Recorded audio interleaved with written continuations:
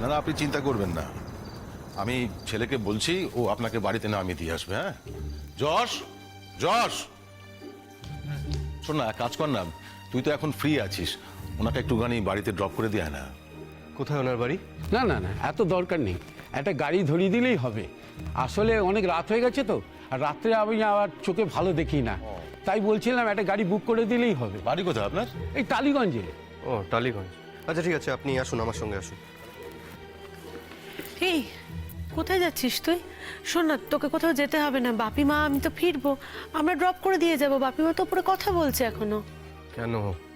আমি বলেছি আমি ওনাকে ছেড়ে দিয়ে আসতে পারবো না। না না, তা বলছি না, মানে তুই আবার ওনাকে ড্রপ করতে যাবি, কখন ফিরবি, ততক্ষণ ওয়েট করে থাকতে হবে না আমাকে? ওয়েট করার দরকার নেই তো, কেন ওয়েট করবি? তোর যাওয়ার হলে তুই যা, কাল দেখা হবে। যশ, এক মিনিট। যশ, বলছি যে সেরকম হলে উনি না হয় খানিকক্ষণ ওয়েট করুক, ওরা তো বাড়ি ফিরবেই, তো ওদেরকে বাড়িতে ছেড়ে দিয়ে তারপর ড্রাইভার না হয় টালিগঞ্জে ওনাকে নামিয়ে দেবে। আসলে আমাদের ড্রাইভাররা এদিক ওদিক লোকজন ছাড়তে গেছে, তো ওই জন্যই আর কি। আপনাকে যদি ঘন্টাখানেক ওয়েট করতে হয় আপনার অসুবিধা নেই তো? এত দরকার ছিল না, একটা গাড়ি বুক করে দিলেই হতো। যদি আপনার বাড়ি যাওয়ার প্রয়োজন থাকে তাহলে আপনি আসুন। তুই না আমার সব কথাতে আজকাল একটু বেশি রিয়্যাক্ট করছিস যশ। ভেবে দেখিস কেন করি? তুইও কি আমার সম্মান সব জায়গায় রাখতে পারিস বা রাখার চেষ্টা করিস? রোহিণী, রোহিণী, তোমাদের কি হলো বলো তো? হ্যাঁ, তোমাদের যে মাঝে মাঝে কি হয় আমি সত্যি বুঝি না। কিছু না আঙ্কেল, যশকে অ্যাকচুয়ালি আমি এখন আর চিনতেই পারি না, ও এতটা বদলে গেছে না, আমার জন্য খুব ডিফিকাল্ট হয়ে গেছে ওকে। আচ্ছা ঠিক আছে, ঠিক আছে, আসলে তোমরা বড্ড ছেলে মানুষ, এমন একটা শুভ দিনে এরকম ঝগড়াঝাটি করতে আছে। যশ, যশ তুই তাড়াতাড়ি ফিরিস। হ্যাঁ, তুই না ফেরা পর্যন্ত কিন্তু আমরা রোহিণীকে ছাড়বো না। আমি বাড়ি চলে যাব, আমি থাকবোই না। That is your choice. অনেক রাত হয়েছে, আঙ্কেল আন্টি যদি অতক্ষণ থাকতে না চান তাহলে ওনাদেরকে নিয়ে বাড়ি চলে যাস। আঙ্কেল, আপনি দাঁড়িয়ে আছেন কেন? আপনার বাড়ি যাওয়ার তাড়া নেই? আছে তো। তাহলে চলুন, আসুন আসুন আসুন। আসছি বাবা। সাবধানে যাবেন।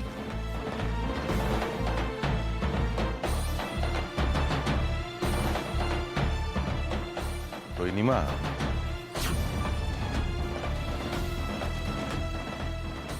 দেখো মা, মা আমি বলছি যে দেখো এইভাবে। তুমি দেখলে তো, তোমার সামনেই তো দেখলে, একটা সাধারণ কথায় কিভাবে রিয়্যাক্ট করলো তুমি বলো। হ্যাঁ আমি দেখেছি, কিন্তু এত রাগ করতে নেই মা। দেখো, যে কোনো একজনকে তো ধৈর্য ধরতেই হবে। দুজনে যদি তোমরা। রোহিণী, রোহিণী, এই কঙ্কনা, এই দেখো ওর সঙ্গে যশে কি কথা কাটাকাটি হয়েছে, মেয়ের চোখ দিয়ে জল গড়াচ্ছে, তুমি সামলাও। দেখো কি হয়েছে? কিছু হয়নি, ছেড়ে দাও। ছেড়ে দাও মানে? তোমার বাবা মা বসে আছেন, তোমার বিয়ের ডেট ঠিক করা হচ্ছে, শপিং করতে হবে, একটা প্ল্যান তো করতে হবে নাকি? তোমরা করে নাও না আন্টি, তোমরা যেটা বলবে আমি সেটাই করব, আমার কিছু ভালো লাগছে না। ওই দেখো মেয়ের কাণ্ড, খালি বলে ভালো লাগছে না, ভালো লাগছে না। আরে যশ কি বলেছে না বলেছে তাতে তুমি, ও তো ওই রকমই ভীষণ মুডি। তুমি তো ওকে চেনো, ও কখনো মিষ্টি ব্যবহার করে, কখনো আবার মেজাজ গরম করে উল্টো পাল্টা। তুমি তো ওকে ভালো করে চেনো, ইনফ্যাক্ট তোমার থেকে ওকে ভালো করে কে চেনে বলো তো? আমি ভাবতাম যে আমি ওকে ভালো করে চিনি, কিন্তু আমি এখন দেখতে পাচ্ছি আঙ্কেল যে সত্যি সত্যি আমি ওকে চিনতেই পারছি না। মাঝে মধ্যে সত্যি পারি না, যশ এতটা চেঞ্জ হয়ে গেছে, আমার ভাবতে অবাক লাগে। প্রতিটা ক্ষেত্রে আমাকে এতটা হিউমিলিয়েট করে, আমি সত্যি আমি আমি যশকে চিনতে চাইও না গো, আমি একদম চাই না। কথায় কথায় কারণে অকারণে আমাকে ছোট করবে কেন বলো তো? কেন বলতে পারো? আমি কি করেছি যশের সাথে? কি এমন করেছি যার জন্য ও আমার সাথে এরকম ভাবে মিসবিহেভ করে? শোনো আন্টি, আমি একটা অপ্রিয় কথা বলি, কিছু মনে করো না। ওই শাবনামকে দেখলে না, যশের মাথাটা একেবারে ঘুরে যাচ্ছে, পুরো পাগল হয়ে যাচ্ছে ও। এসব কি বলছো মা? তুমি সবটা জানো না? ও যা বলছে একদম ঠিক বলছে, কিন্তু আমি তোমায় কি বলেছি রোহিণী? তুমি বুদ্ধিমতী মেয়ে, সংসারে সব সময় বুদ্ধি করে চলবে। এখন তোমার বাবা মা আছেন, আমি চাই না এটা নিয়ে তুমি কোনো সিন ক্রিয়েট করো। বুঝতেই পারছো, এটা নিয়ে কথা বলা বলি হলে আমার ভালো লাগবে না। আসলে কি হয়েছে বলো তো আঙ্কেল, একটু আগে যখন রঞ্জা পিসিরা চলে যাচ্ছিল না, তখন আমি যশকে অনেকবার করে খুঁজছিলাম, কোথাও যশকে খুঁজেই পাচ্ছি না। তারপরে আমি গিয়ে কি দেখি জানো আন্টি, আমি দেখছি বাইরে পার্কিং লটে দাঁড়িয়ে দাঁড়িয়ে ও রঞ্জা পিসিদের সাথে কথা বলেই যাচ্ছে। তুমি ভাবতে পারো, রঞ্জা পিসিরা না বলছিল ওদের তারা আছে, কিছু খেলো না অবধি, জল মিষ্টি খেয়ে চলে গেল, অথচ যশের সঙ্গে কথা বলেই যাচ্ছে। আমি গিয়ে ন্যাচারালি জিজ্ঞেস করেছি কি ব্যাপার, ব্যাস তাতে যশের রাগ হয়ে গেছে, ওর মুড অফ। আমি যদি অ্যালাউ করতাম, ওদের কথা বলতে দিতাম, কোনো বাধা না দিতাম, তাহলে আর কিচ্ছু হতো না আন্টি। তোমাকে আমি বলছি না, on a very serious note, এই শাবনাম মেয়েটা না ওকে হিপনোটাইজ করে।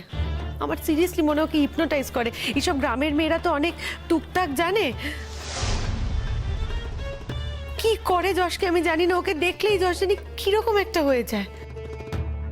আমি তোমাকে বলছি আন্টি, আমি সিরিয়াসলি বলছি, তুমি যশকে ওর থেকে যত দূরে রাখতে পারবে তত মঙ্গল, যশেরই মঙ্গল হবে। দায়িত্বটা কার রোহিণী? আমি মা হয়ে সেই দায়িত্বটা নেব, না তুমি বউ হয়ে সেই দায়িত্বটা নেবে? দেখছো তো, চোখের সামনেই তো দেখছো, কোনো কথা শোনে আমার? একটা সাধারণ কথাতে কিরকম ভাবে রিয়াক্ট করে। তাও তো আমি এখনো অফিসিয়ালি এবাড়ির বউ হয়ে আসিনি। তারপর যখন এ বাড়িতে বিয়ে করে আসবো, আমি জানি না আরো কত ছোট বড় কথা আমার যশের কাছ থেকে শুনতে হবে, কত হিউমিলিয়েশন আমার প্রাপ্য, আমি জানি না। মানে আমরা মরে গেছি আমরা নাকি? যতদিন বাঁচবো আমার ছেলে অন্যায় করবে আর আমি ওর পক্ষ নিয়ে কথা বলবো, তোমার পক্ষে কোনো কথাই বলবো না, এটা মনে হয় তোমার? না না রোহিণী, তুমি যা ভাবছো এটা এত সিরিয়াস ইস্যু নয়।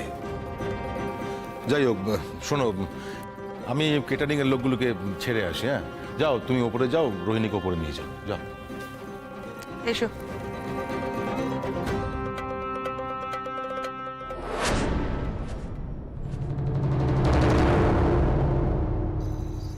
এখানে এখানে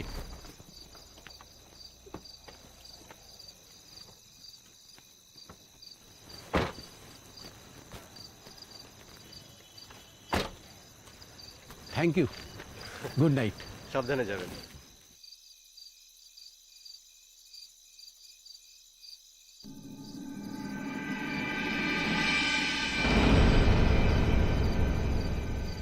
এই রে, ভদ্রলোক তো ফাইলটা ফেলেই চলে গেলেন। ডেকে দিয়ে আসবো গিয়ে? এখনো তাড়াতাড়ি করে গেলে ধরতে পারবো ওনাকে।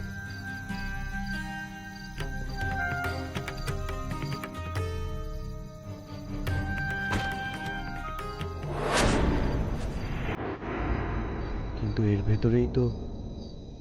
এর ভেতরেই তো আমাদের রেজিস্ট্রেশনের কাগজটা আছে।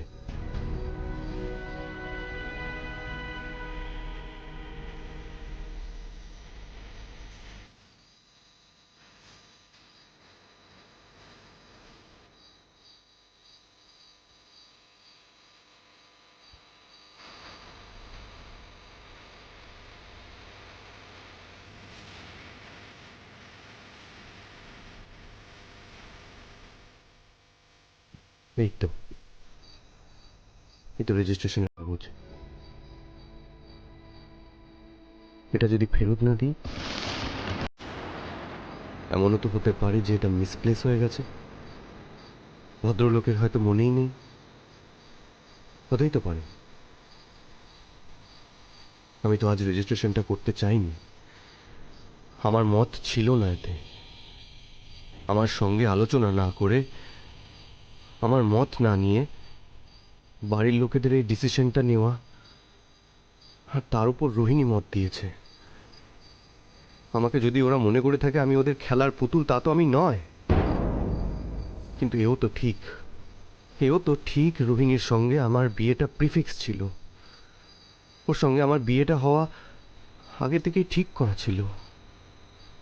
তাহলে আমার এরকম ডিলেমা হচ্ছে কেন? আমি কি অন্য কিছুর জন্য অজুহাত করছি? না না, আমি একটা স্বাধীন মানুষ, আমারও তো একটা মতামত থাকতেই পারে। আমার সঙ্গে আলোচনা কেন করা হলো না? এত বড় একটা ডিসিশন নেওয়া হলো আমাকে না জানিয়ে। এটা তো আমাকে অসম্মান করা। এই কাগজ যদি আমি ওই ভদ্রলোককে ফেরত না দিই, তাহলে তো বিয়েটাই ক্যান্সেল হয়ে যায়।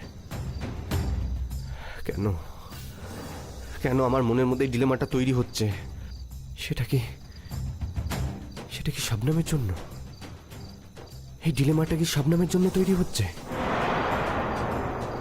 না না, এমন কথা ভাবা ঠিক নয়। ছি, আমি তো রোহিণীকে ঠকাতে পারি না। কিন্তু কোথাও একটা আমার মনের মধ্যে দুটো ভাগ তৈরি হয়ে গেছে। ঠিক দু ভাগও বলবো না, আমার মনের অনেকটা জুড়েই এখন শবনম ঘোরাফেরা করছে। হ্যাঁ, আমি কি রোহিণীর প্রতি ইনজাস্টিস করছি? কিন্তু আমি যদি এখন রোহিণীর সাথে বিয়েটা করি, এই মিথ্যে বিয়েটা কি আরো ইনজাস্টিস করা নয় কি? এখন তো কিছু করারও নেই। এখন তো আমার আটকানোর কোনো উপায়ও নেই। আমি কি বলবো? কি বলে বিয়েটাকে আটকাবো? বিয়েটা তো হবেই, আর কয়েকদিনের মধ্যেই আমাদের বিয়েটা হবে। কি বলে আটকাবো আমি বিয়েটা? আর আর এখন যদি এই বিয়েটাকে আটকানোর চেষ্টা করি,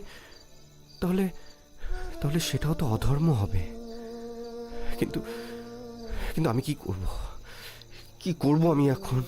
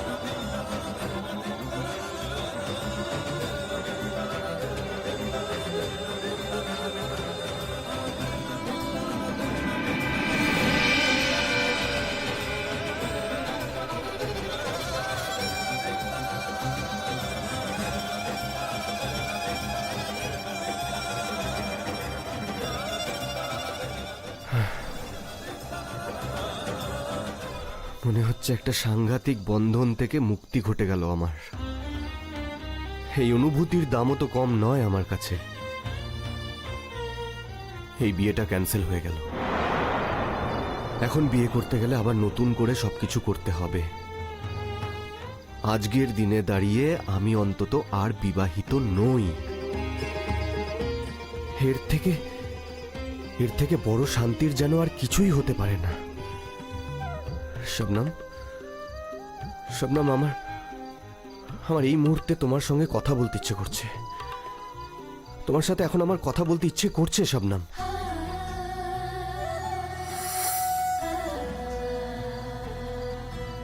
নকশি কাঁথার উঠোন জোড়ে আলোর বাতাস ঘুরে ফেরে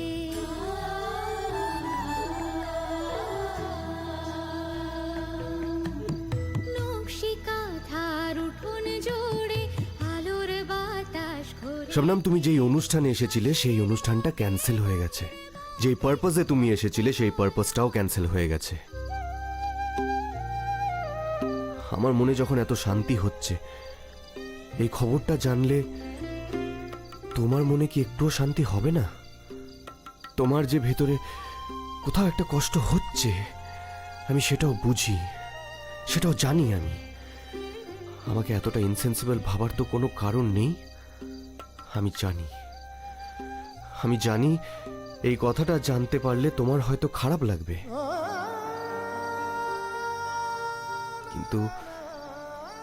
কিন্তু সেই খারাপ লাগার মধ্যে একটু হলেও ভালো লাগা মিশে থাকবে শবনম। আমি জানি।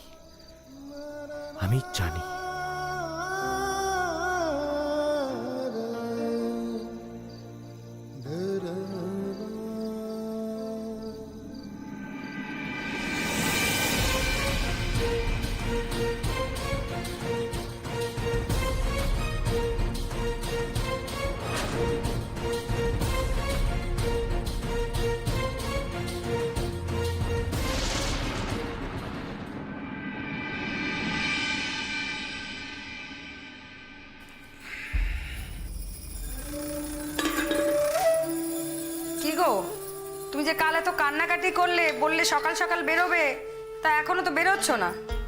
না, ওই ইয়ে করেছিলাম, মানে খালাকে ফোন করেছিলাম, তো খালা বললো যে বেলা করে আসলেই চলবে। এখন একটু অবস্থাটা ভালোর দিকে, তাই ভাবলাম যে সকাল সকাল গিয়ে হুজ্জত করব, তাই একটু বেলা করে শুধু আমার কলেজটা তুমি কামাই করালে আব্বু। ওখানে সকালবেলা গেলে ওখান থেকে আমি কলেজে যেতে পারতাম, তা না, আমার কলেজটা কামাই হলো। ও আম্মু, আম্মু বলছিলাম কি, আজকের দিনটা কলেজ নাই বা গেলি আম্মু, কাল থেকে তো আবার যাবি। ওর একটা দিন কলেজ কামাই হলে কত ক্ষতি হয় তুমি জানো? হ্যাঁ, ওকে কত কষ্ট করে সবকিছু জোগাড় করতে হয়। ওকে আমরা কিছু দিতে পেরেছি, মাস্টার না অন্য কিছু দিতে পেরেছি? সে কথা না আম্মু, ডাক্তারি পড়তে গেলে কারোর ওই মাস্টার প্রাইভেটে টিউশন লাগে না, কিন্তু নোটস তো জোগাড় করতে হয়, ঘন্টার পর ঘন্টা লাইব্রেরিতে বসে পড়াশোনা তো করতে হয়। আর একদিন না গেলে সবাই যে আমাকে নোটস দিয়ে দেবে তাও তো নয়, কোন রকমের স্যারকে ধরে ম্যাডামকে ধরে নোট জোগাড় করতে হয়। তাই তো ভারত পক্ষে আমি কলেজেই কামাই করতে চাই না। আর তো কোনোদিন না আম্মু, কাছের লোকের এত বড় একটা বিপদ, তাতে তুমি যদি না যাও তাহলে। আমি তো যাবো না বলিনি আব্বু, আমি তো যেতেই চেয়েছি। আমি শুধু বলেছিলাম তুমি যদি সকাল সকাল যেতে তাহলে ওখান থেকে আমি কলেজে যেতে পারতাম। এখন আর কলেজে যাওয়াটা হলো না। না আম্মু, আজ তোমার আর কলেজে যাওয়া হবে না। ওখানে যেতেও তো সময় লাগবে, তারপরে ওখানে গিয়ে দেখি খালা আমার অবস্থা কি হয় না হয়, তারপরে তো। এই যে তুমি বললে যে তোমার খালাম্মা এখন ভালো আছে। আরে ভালো আছে মানে কি, এখন একটু ভালো আছে। আরে এক এক সময় এক এক রকম হচ্ছে তো, কখন কি একটা বিপদ হয়ে যাবে আমরা যে কিছু জানি। তারপরে কি আমরা ওখানে চট করে চলে আসতে পারবো, সেই জন্যই বলছিলাম। ওখানে গিয়ে খাওয়া দাওয়া পাবি কি পাবি না কে জানে। তোকে আমি বললাম যে ভাত বসাচ্ছি, একটু সেদ্ধ ভাত খেয়ে যা, তা না তুই তো আমার কোনো কথাই শুনলি না। কি যে বলো না আম্মু, আম্মু এক্ষুনি তো মুড়ি চানাচুর খেলাম, এখন আবার সেদ্ধ ভাত খাই কি করে বলো তো? যাক, কাল তো আর তোর কাছ থেকে কিছু শোনাই হলো না, অত রাত করে ফিরলি, খুব ভালো মন্দ খেলি না রে।